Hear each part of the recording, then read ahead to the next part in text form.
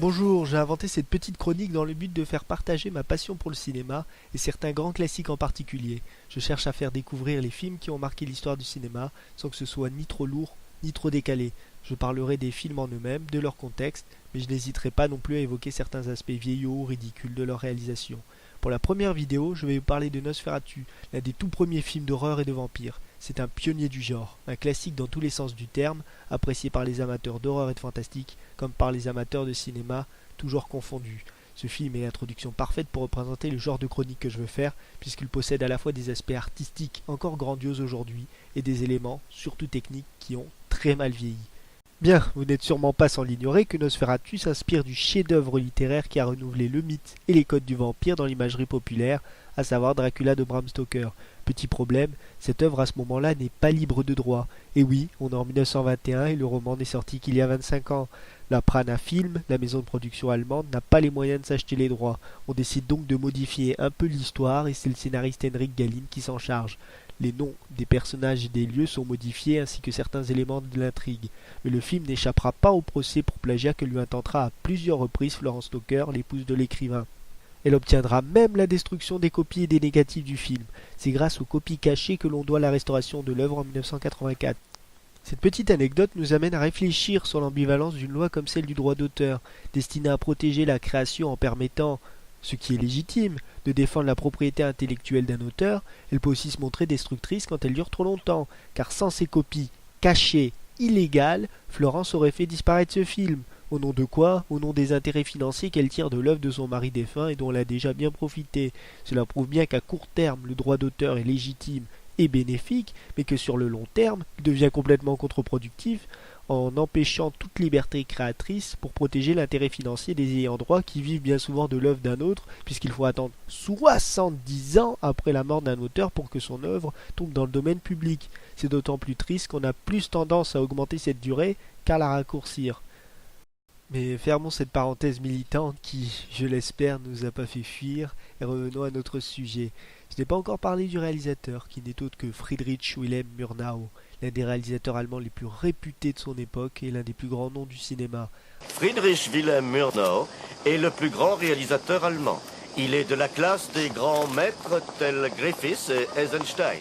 Avant de réaliser ce film, il avait déjà tourné quelques œuvres, mais c'est avec celle-ci qu'il va vraiment s'imposer comme une grande figure du cinéma expressionniste.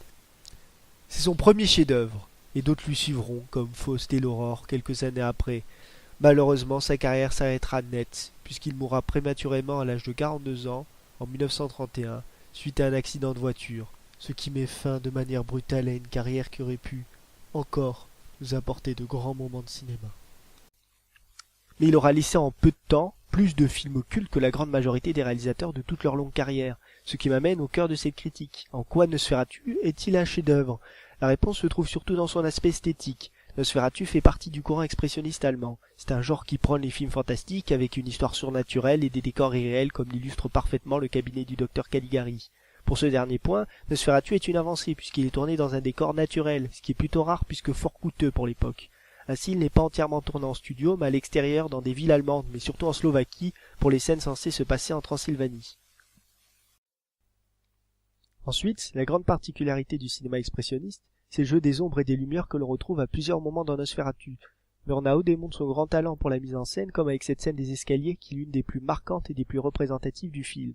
L'expressionnisme mêle bien sûr le fantastique au symbolique, et le mythe du vampire comme il est vu dans Dracula est donc repris dans son aspect métaphorique avec toutes ses ambiguïtés, notamment ses connotations sexuelles, à travers le conte Orlok et l'héroïne. C'est sous-entendu avec les liens mystiques.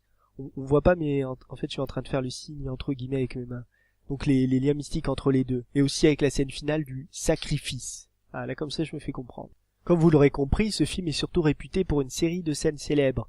À ce titre, la scène de la porte est la plus emblématique. On pense souvent à elle lorsqu'on évoque ce film.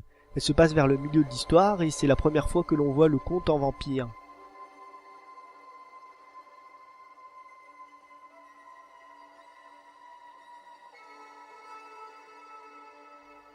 Emblématique car elle rassemble plusieurs aspects majeurs du film. Là vous pouvez voir l'aspect fantastique avec le lien mystique que j'évoquais à l'instant, puisque cette attaque réveille la princesse Léa qui se trouve à des milliers de kilomètres. Et ici, vous pouvez admirer le fameux travail sur les ombres et les lumières. Mais le plan le plus remarquable se situe à la fin, après la scène des escaliers. C'est pour moi le plus beau plan du film, si ce n'est celui du cinéma dans son ensemble. Je mets quiconque au défi de trouver un plan qui représente mieux la quintessence du mouvement expressionniste, autre que celui-là. J'espère que tout ceci vous aura incité à aller voir ce film qui vaut vraiment le coup. Et pour cela, il faut que je vous parle des différentes versions que vous pourrez trouver. Car oui, comme la plupart des vieux films, Nosferatu se décline en plusieurs versions. Vous aurez la possibilité par exemple de trouver ce film en couleur, bien sûr pas en technicolor comme on dit, mais une version filtrée, jaune et bleu. Le jaune est utilisé pour les scènes d'intérieur et de jour, le bleu pour les scènes de nuit, et le rose pour... En tout cas, le choix des couleurs ne semble pas naturel de toute façon dans toutes les combinaisons possibles d'ailleurs. Nosferatu est un film fantastique certes, mais différent du cabinet du docteur Caligari par exemple, dont je vous ai parlé plus haut, où là je vous conseillerais absolument de regarder la version filtrée car cela donne un aspect surréaliste qui correspond parfaitement au décor et à l'ambiance générale. Là ce qui fait le charme de Nosferatu, c'est qu'il se passe dans un environnement réaliste où le fantastique fait progressivement son entrée. Et dans ce cas de figure, le noir et blanc semble tout indiquer. D'autant plus que ce film joue beaucoup, comme nous avons pu le voir, sur le jeu des ombres et des lumières, qui ont bien sûr davantage d'effets dans ce film s'il est en noir et blanc. Cependant, la version filtrée est la dernière restaurée, donc la moins marquée par le temps, et en conséquence la plus jolie au sens traditionnel du terme. C'est du coup celle que vous aurez le plus de chances de trouver en DVD, quoique parfois les deux versions sont proposées, ou projetées au cinéma, comme ce fut mon cas. En revanche, la version en noir et blanc, en français, est la plus simple à trouver sur Internet. L'autre différence au niveau de la durée. Selon les versions, les images défilent plus ou moins vite. Pour ceux qui veulent tenter l'expérience mais qui ont peur de s'ennuyer ou qui ne sont pas habitués à regarder des films muets en noir et blanc, vous pouvez trouver une version qui ne dure qu'une heure, ce qui est très abordable, hein. Au pire, vous allez trouver ça aussi ennuyeux qu'un cours comme on a tous connu au collège ou au lycée ou une réunion de boulot, et au mieux vous allez apprécier l'expérience. Mais le gros problème avec cette durée, c'est la vitesse à laquelle les images défilent et l'impression de rapidité qu'elles suscitent. Tout a l'air beaucoup plus accéléré, comme vous pouvez le voir sur cette scène, ce qui a tendance à dénaturer l'œuvre qui se veut effrayante à la base et lui donne un aspect ridicule qui le fait passer dans un tout autre registre pour un public de nos jours. Je suis désolé, mais quand on voit ça, on pense aussitôt à ça.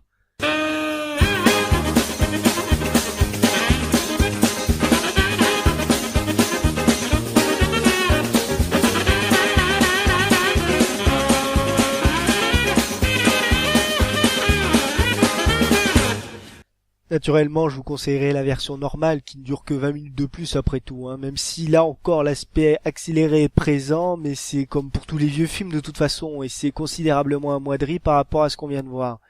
Et c'est la version restaurée filtrée qui est bien sûr la plus longue puisqu'elle arrive à atteindre les 1h33, ce qui en fait logiquement la version la moins accélérée de toutes.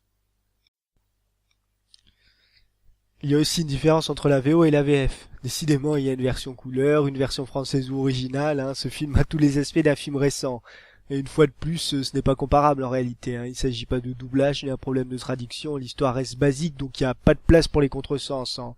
Enfin, à part pour un léger détail qui me fait me demander si les traducteurs français soit sont des inconscients ignorant complètement les difficultés rencontrées par ce film, ou alors des gros rebelles qui se foutent royalement de la gueule de Balcombe et du droit d'auteur, hein. En même temps, je rappelle que ce sont des copies cachées, donc à partir du moment où on est dans l'illégalité, hein, plus la peine de masquer les noms pour jouer les hypocrites. Globalement, on peut saluer les efforts de chacun pour donner vie aux intertitres qui ne sont pas simplement des fonds noirs avec un texte en blanc.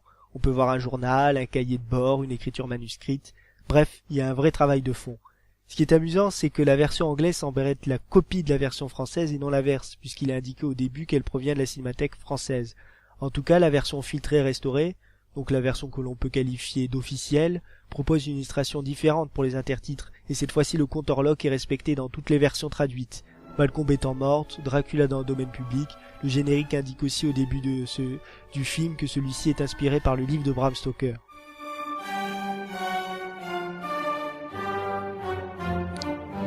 Tout à l'heure je disais que la différence entre les versions selon les pays ne résidait pas vraiment dans les traductions, car elle réside en fait dans la musique. Ce film possède plusieurs compositions selon les différents pays, et croyez-moi, cela fait une différence majeure, car en France nous vivons sous le diktat de Galeshka Moriavov, qui impose outrageusement sa composition sur toutes les versions françaises.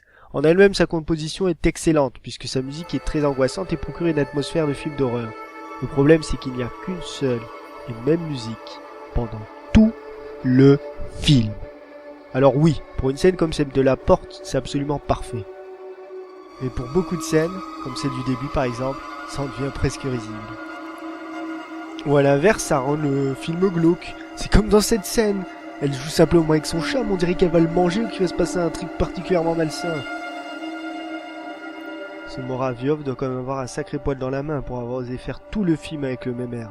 Vous imaginez Star Wars avec l'Imperial March en continu?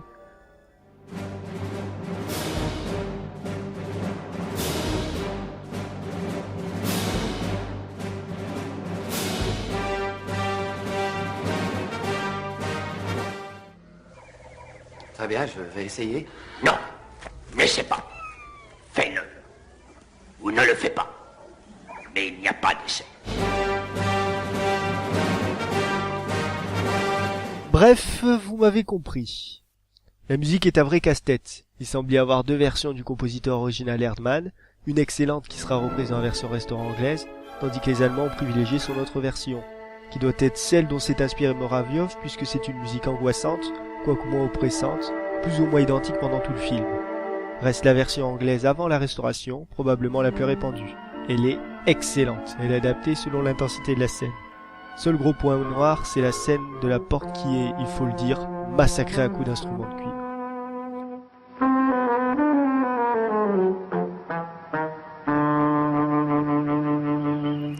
Mais comment a-t-on pu croire que cette musique pouvait correspondre à un film d'horreur?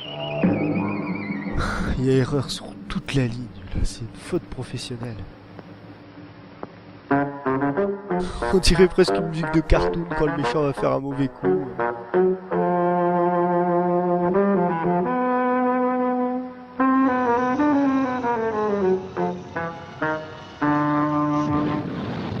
Ah, mais je me rends compte qu'avec toutes ces histoires, je vous ai plus compliqué la tâche qu'autre chose. Alors en gros, il faudrait que vous trouviez une version française en noir et blanc de 1h20 avec la musique originale d'Herman, ce qui n'existe pas. Bref, c'est à vous de décider, sachant que le film, lui, est tombé dans le domaine public, donc vous pouvez le télécharger, le trouver en streaming, le voler dans un magasin, pas de souci de ce point de vue-là.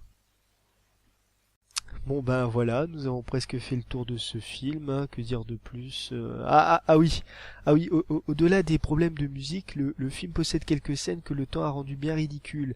C'est permis tout d'abord grâce à la naïveté du héros, dont le côté niais ressort magnifiquement grâce à l'acteur.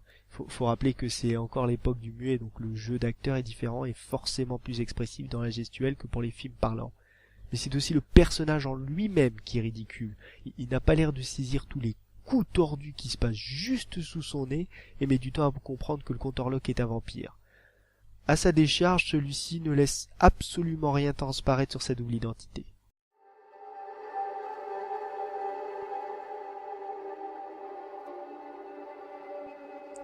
Rien du tout.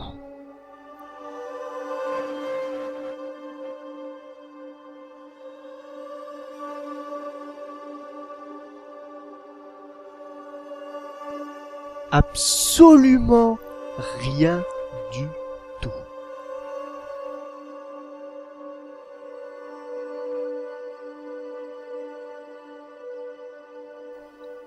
Et ne vous en faites pas pour le héros dans cette scène, il arrive quand même à s'endormir à la fin avec le Contorlock juste à côté.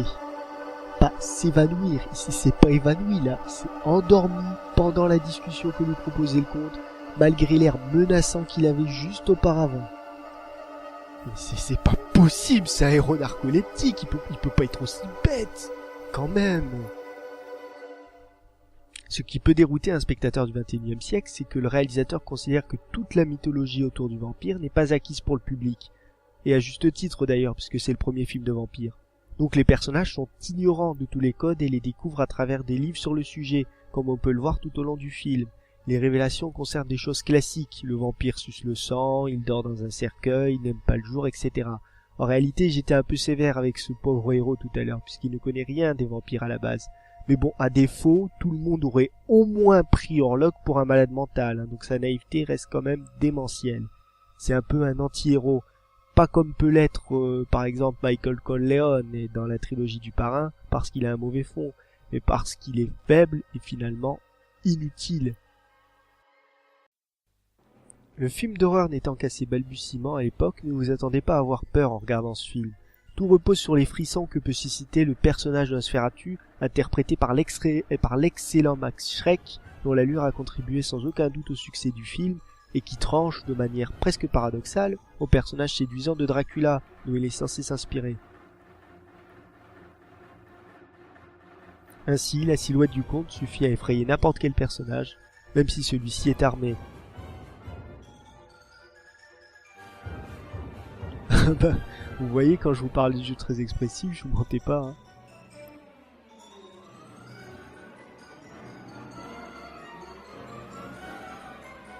Ça souligne ce que je disais, hein. Ce type avec une hache n'essaie même pas de l'attaquer. Son instinct de survie l'amène à se jeter du bateau plutôt que de l'affronter. Mais je comprends, c'est tellement agréable de mourir noyé. Voilà, cette fois tout est dit sur le film en lui-même. Rassurez-vous, il reste encore quelques surprises qui regorgent dans ce film pour ceux qui veulent le voir, et pour les autres, l'essentiel est dit. Ce film est une véritable référence pour les cinéphiles. Par exemple, dans Batman le défi, Tim Burton a appelé le méchant joué par Christopher Walken Max Schreck, en hommage à l'interprète de Nosferatu. Werner Herzog a réalisé un remake, lui, avec Isabelle Adjani et Claude Kinski dans le rôle du vampire. Si l'acteur est extrêmement bien trouvé car il a une allure aussi atypique que l'acteur original, je ne saurais pas vous dire ce que vaut le film puisque je ne l'ai pas vu.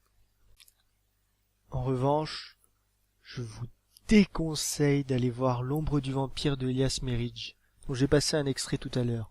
Si les acteurs sont géniaux, Malkovich en Murnau et William Dafoe en Max Schreck, et que le procédé de mise en abîme est intéressant puisque l'histoire raconte le tournage du film, le scénario est quant à lui lamentable.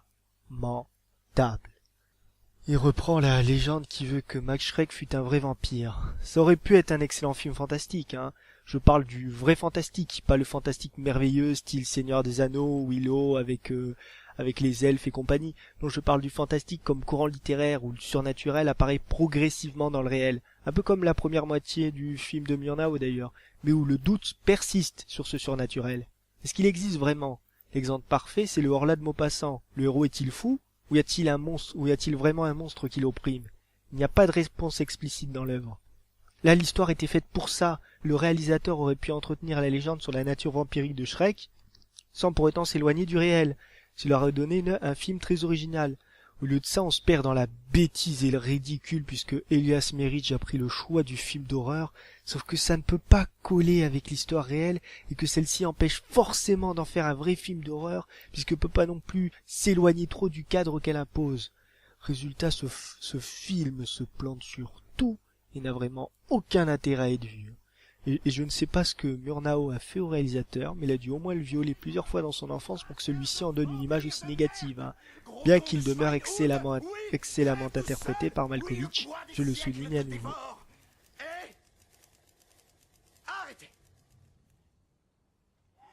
Bien, le tour sur l'héritage de Nosferatu étant terminé, cette chronique se clôt à son tour et j'espère sincèrement qu'elle vous aura été utile et que vous avez passé un agréable moment à regarder cette vidéo. Je vous remercie pour votre attention et je suis à l'écoute de toutes vos critiques et remarques, qu'elles soient bonnes ou mauvaises, tant qu'elles restent constructives. Merci et à bientôt pour une nouvelle chronique sur un classique du cinéma.